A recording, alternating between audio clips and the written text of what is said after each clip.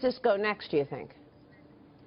Listen, when you look at the polling that came out of New Hampshire, the #1 issue that Democratic voters wanted was someone they trusted. 90% of the people who said they wanted someone they trusted went for Bernie Sanders. When you look at general election polling, independents and moderates also say they want someone they trust. And right now, Hillary Clinton has lower trust and favorability numbers than Ted Cruz, Marco Rubio, Jeb Bush, or John Kasich. Wow. Anthony Scaramucci, how do you see this? Well, the fact that 95% of the people that want trust are not voting for Hillary Clinton, and she's getting beaten by a 74-year-old socialist who wasn't a Democrat 14 months ago, I mean, you have to be worried for her, okay? If this was rotisserie baseball, you would not be drafting Hillary Clinton right now for your team. Yeah, I mean, the trust issue is real. Look, Eric, you just interviewed South Carolina Governor Nikki Haley. What did she say about who she's endorsing?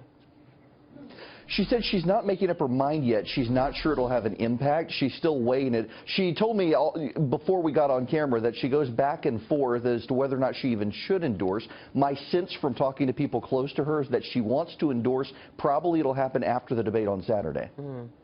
Jack Otter, any thoughts here? The trust issue is just amazing. I was looking at a screenshot last night. I think it said 92% of women of a certain age did not trust Hillary Clinton. 6% did. I mean, that's just horrible numbers. I can't think of a modern day parallel. We knew that this was going to be the main issue of the day, but we didn't expect that Bernie Sanders would be beating her to this extent. Right, and it wasn't just Bernie Sanders, Eric, who didn't bring up these problems with the subpoenas of the Clinton Foundation and all the other things that are going on.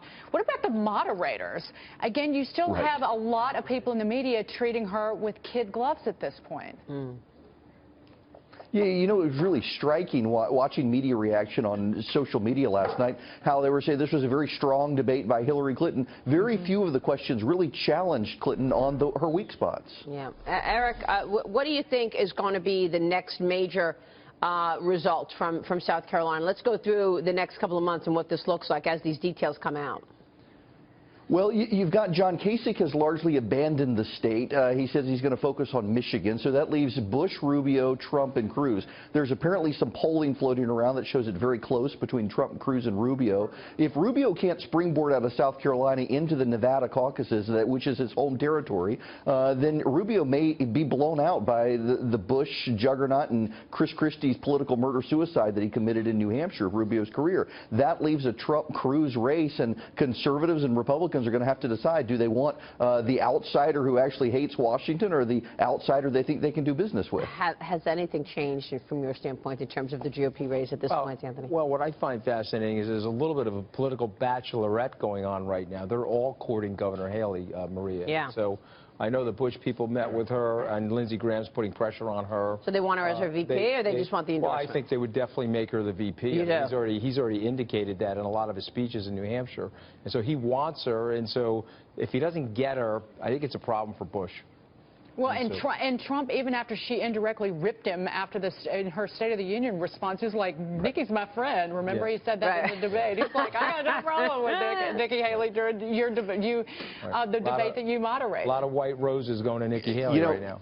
When you look at I've known Nikki Haley for a number of years, and it would really surprise me if she endorsed Donald Trump or Jeb Bush.